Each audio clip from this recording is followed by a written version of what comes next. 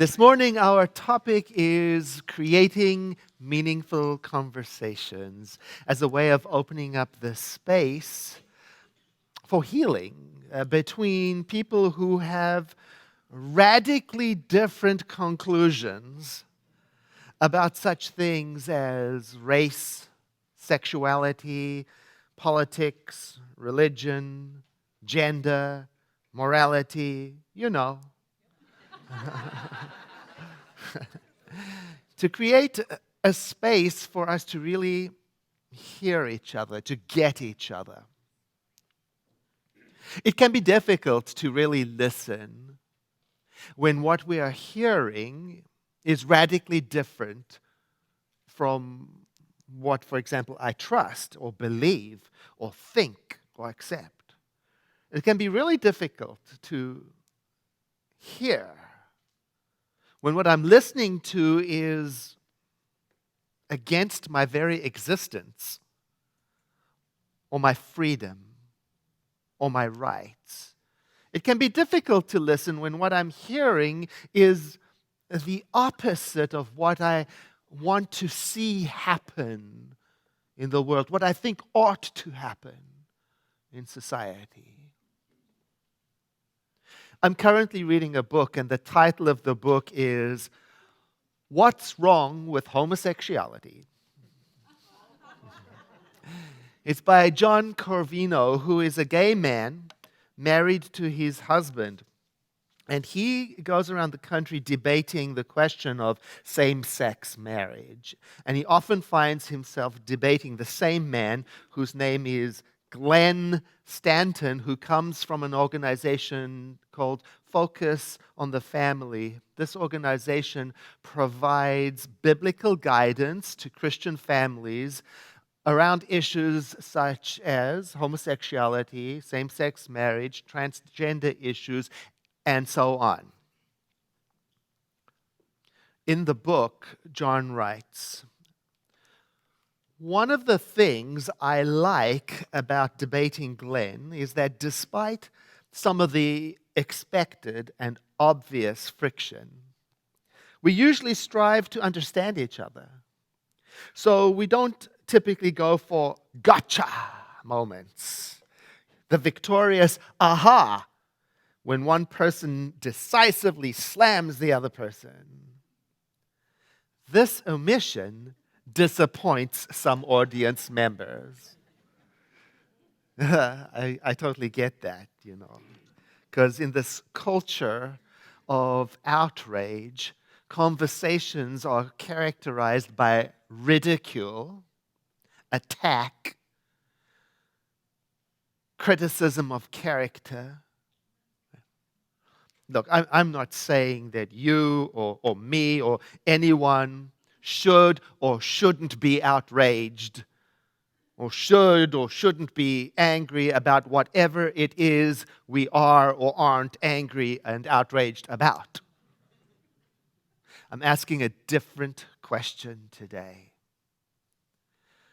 The question I'm asking today is, how does studying the teaching of the Center for Spiritual Living, how does studying the science of mind and its radical philosophy of the interconnectedness of all life and oneness, how does that produce outrage,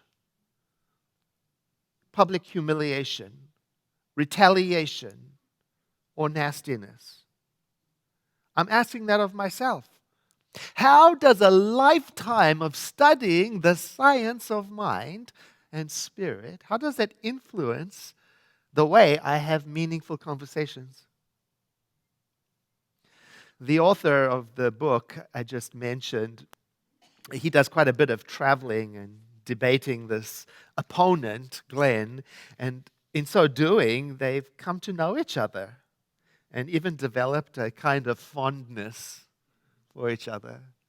He writes, Glenn and I have frequently traveled together to debate same-sex marriage. If you saw us having lunch between events, you would think we were friends.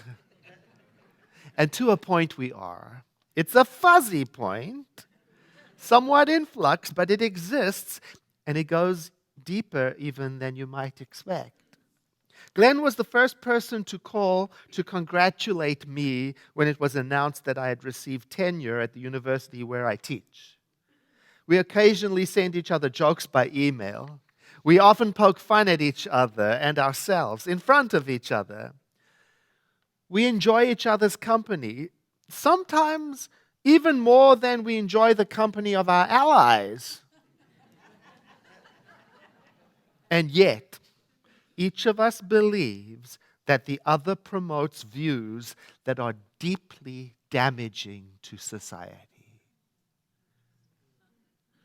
Now, what I love about this is that it challenges me. It challenges me to ask myself, can I be present with someone who has a conclusion that is radically different to mine? Can I be with someone who has a point of view that I think is wrong?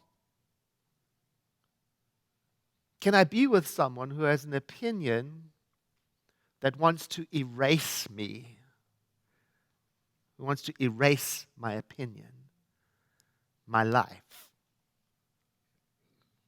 Because I can imagine sitting in a debate like one of these and getting quite angry and dismissive. I can see that. I also know that when I get angry and dismissive, I don't make good choices. I don't say the best things in the best possible way. I know that. The board of trustees and the staff members at the center, we were discussing together, how do we show up on social media? Facebook and Twitter and email and all that, especially since there's an election year coming up. How do we show up, Because as individuals, we are protected by freedom of speech, So I can't tell a trustee or a staff member or a practitioner or you, I can't tell you what you can and can't say on social media. That would be illegal. But I can ask the question, how does studying the science of mind and its radical philosophy of oneness, the interconnectedness of all life, produce snarkiness, public humiliation, retaliation, and nastiness? I'm asking that of myself. Before every post I post, every like I like, every email I send, every share I share. I'm asking myself silently also when I feel myself getting activated. See, because I'm a student of the science of mind and I'm also a teacher of the science of mind. So, if you put me in a room with someone that I strongly disagree with, what is going to come flying out of my mouth? Because the way I show up in discussions, in my relationship, in the parking lot, in class, on social media, what does that tell the world about the Center for Spiritual Living? And its message. And its message that you and I are breathing life into everything that we put out there because of what lives in us. I learned here at the Center for Spiritual Living that we paint the picture of creation with our words, because behind our words are our thoughts, and behind our thoughts are our feelings, and behind our feelings are our beliefs, and behind our beliefs is the power of the creative genius that flows through us into expression. I learned here that consciousness creates. I learned here that the consciousness of wholeness is what heals. I learned here that mind is creative, and I learned here that love is the only transformative power that there is. So I'm asking, how can all of that produce snarkiness, nastiness, contention, spite, hatred, or blame?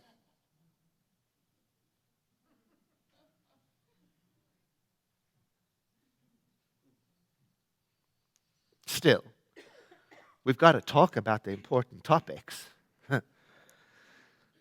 The question is not to avoid important topics. The question is, how does my spirituality cause me to show up for the important topics? Does my spirituality help or harm the conversation? So when the board and the staff and I were discussing this idea of showing up on social media, on one hand, we acknowledge that we are individuals with a freedom of speech protection. And on the other hand, at the same time, when we show up in the world, we are an example of spirituality in action. We represent the science of mind and its potential. We are a demonstration of the teaching of the Center for Spiritual Living. We are announcing, look, if you study the science of mind, it will produce this.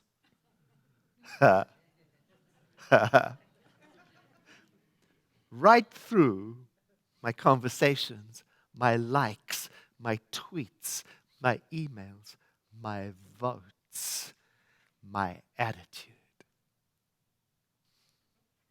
Yeah. And it's a process, because sometimes we have to travel through a dark and dreary place, because nobody is perfectly perfect all the time. Nobody is composed and unruffled all the time, because we've all got these things. Maybe you've got them. They're called buttons. Do you have a button? Because they get pushed. We all get pushed, And there is absolutely no value getting up in someone's face and saying, oh, you're a bad example of science of mind. In that tweet, that's a bad example, Because one day you're going to get pushed, right? I remember reading fitness is not so much about what you can do, how much can you do. It's really about how quickly can you recover. So when you fall, how quickly do you recover? Parker Palmer wrote a book, A Hidden Wholeness, which is about, well, among other things, it's about a nonviolent social change through a kind of learning, communication, conversation environment. I want to read to you an account of a retreat. It's just 2 pages long, but it's so good. In a racially diverse circle, there was a white middle school teacher, Janet, who sat through the first retreat in silence, looking angry and distracted. No one invaded Janet by asking her what was wrong, and no one evaded her by pretending she was not there. Instead, people went on with their dialogue while remaining present and open to her, waiting for her soul to appear. Isn't that beautiful? At the start of the second retreat, as the group explored a poem that touched on racial issues, Janet's grievances began to spill out. She was having a terrible time in her classroom, and it was all the fault of those, quote, students, and all of those students were black. But no one invaded Janet by challenging her about racism, and no one evaded her by pretending she was not there. This, despite the fact that there were a number of teachers in the circle, black and white, who must have been deeply upset about what their colleague was saying. Instead, everyone continued to wait for Janet's soul. Sometimes Janet's grievances were received in respectful silence before someone said something else about the poem. Occasionally, someone responded to her with an honest, open question, giving her an opportunity to explore. For example, what first happened that made you feel this way? Or what do you find most difficult about so and so? Though Janet almost always used such questions, not to explore, but to expand on her complaints. From time to time, other teachers spoke of binds they had gotten into with their students, and a couple of black teachers told stories of their own struggles with students who happened to be white. These stories were told not in judgment of Janet, but as honest testimony to the fact that we are all in this together. And one story involved such a hilarious moment of cultural crossed wires that the heavy topic felt a little lighter for everyone for a while.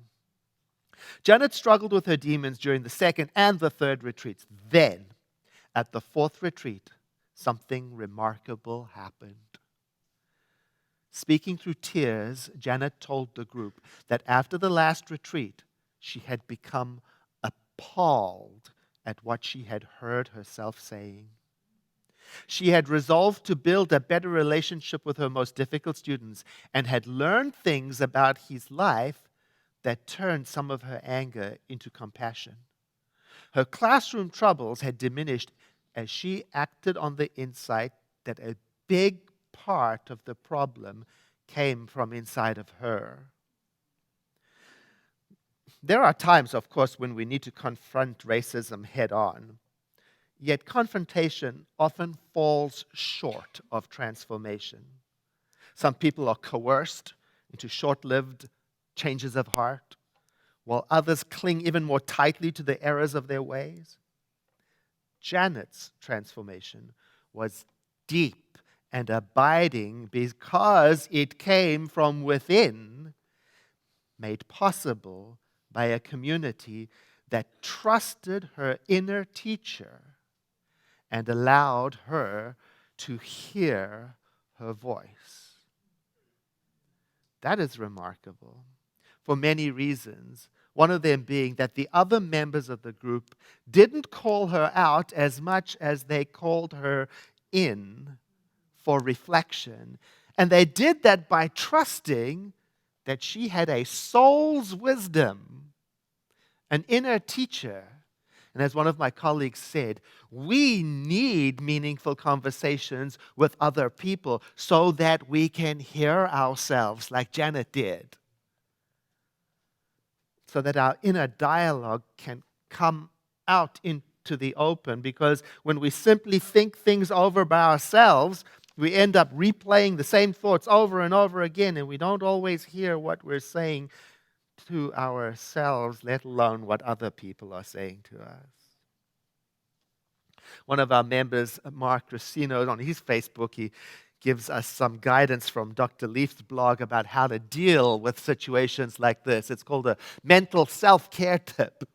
It says, when dealing with difficult people, it's sometimes best to first put the issue aside. Learn to listen and work on building up trust.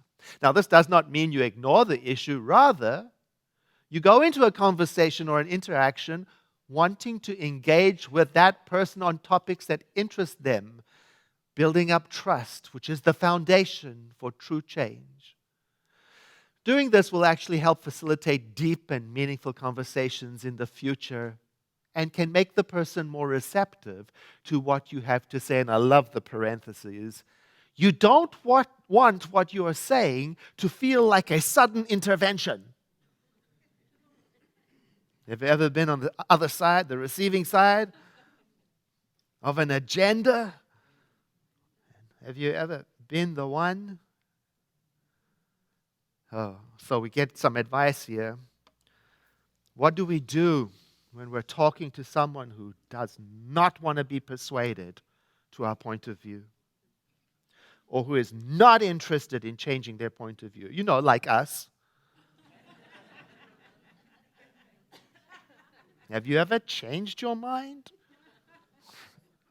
So the thing we're hearing to do is first build relationship, like Glenn and John did, like the people in the group and Janet did. And we can do that while talking about interests without trying to change the opinion first. We can ask, what sparks joy in your life? We can find out about their family. We can ask about their origin or what interests them, because these things pave the way to the more difficult topics, opinions. Comments like, tell me more. Can you talk a little bit more about? These will encourage people to open up. And when they open up, they begin to hear what they're saying and may even be open to hearing what you're saying.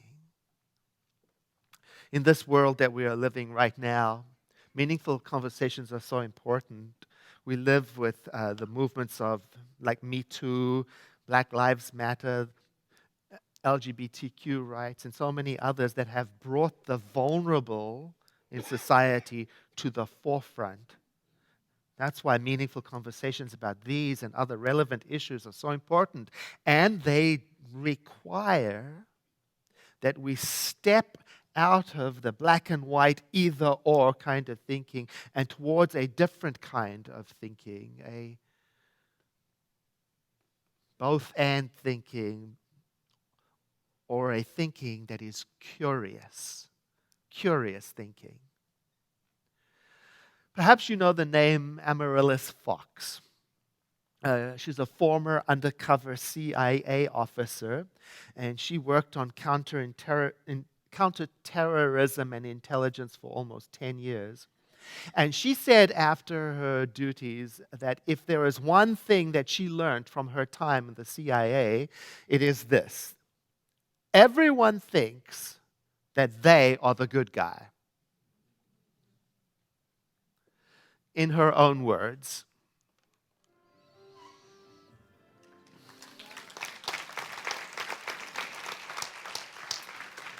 wouldn't it be wonderful, nice, if there was a resource that could guide us, instruct us to have these kind of conversations with people of dissimilar point of view? Well, it turns out there is such a thing. The website Living Room Conversations provides resources in the form of guides for people with dissimilar points of view to have structured conversations. They get matched up right there on the website, livingroomconversations.org. And there is also on the website some conversation agreement guidelines that you can even use at home in your family. The first of the agreements is that one right up there. Be curious and open to learning, because a conversation is as much about listening as it is about talking your point of view. Indeed, curiosity means developing the taste for other points of view and maintaining an attitude of exploration. The second agreement is to show respect and suspend judgment, which is practically impossible if you're human. We might accept, yeah, I judge. I'm going to still try to put it aside for the conversation, because when I do that and I genuinely attempt that, it does open me up to learning from others, and it can also help other people feel respected. The third one is find common ground and make note of the differences between you. Looking for common ground is wonderful, things that we can agree on, but also taking an interest in the difference is wonderful, to allow disagreement to exist. The next one is to be authentic and welcome that authenticity from others. Share what's important to you and speak authentically from your personal experience. And importantly, be considerate when you detect that other people are doing the same. Then be purposeful and to the point. In other words, take notice. Am I conveying what is relevant to the topic, or am I going off in 50 different directions? And also notice, am I taking up all of the time? Then own and guide the conversation. And what that means to me is take responsibility for the quality of my participation by silently asking myself as I'm speaking, how does a lifetime of studying the science of mind and its radical teaching of the interconnectedness of all life and the supremacy of love guide me to show up in this conversation? So I guess today the call to action for me is in the form of a question. How can I be a sacred space of healing and inclusion in the coming days? How can I listen to others? And perhaps as importantly, am I willing to listen to what is coming out of me? One of my colleagues said the voice of the unheard is crying out all around us. Often in the people we are unfriending, blocking, ignoring, and distancing ourselves from because we don't like the sound of it.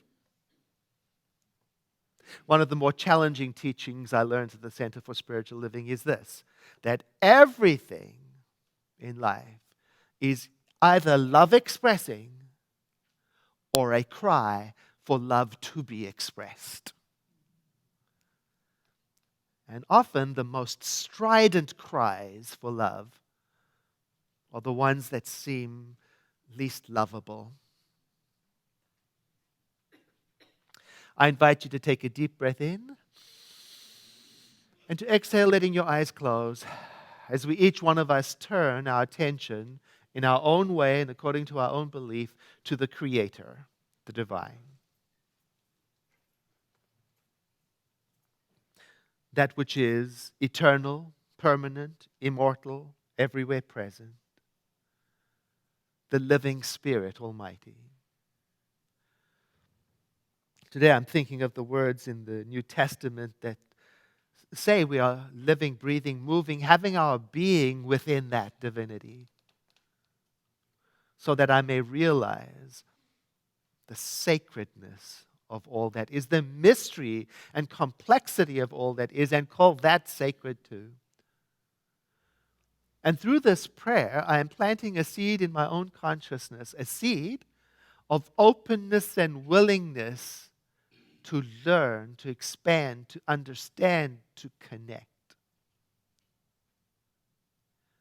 I'm planting a seed in my own consciousness that allows me to safely consider that that which I think and believe can change. I'm remembering the words of the Bible. Say, ask and it shall be given. And through this prayer, I am doing that, opening myself to receive the instruction from my soul teacher so that I may move through this world as an agent of love. In deepest gratitude for this, I say, Amen.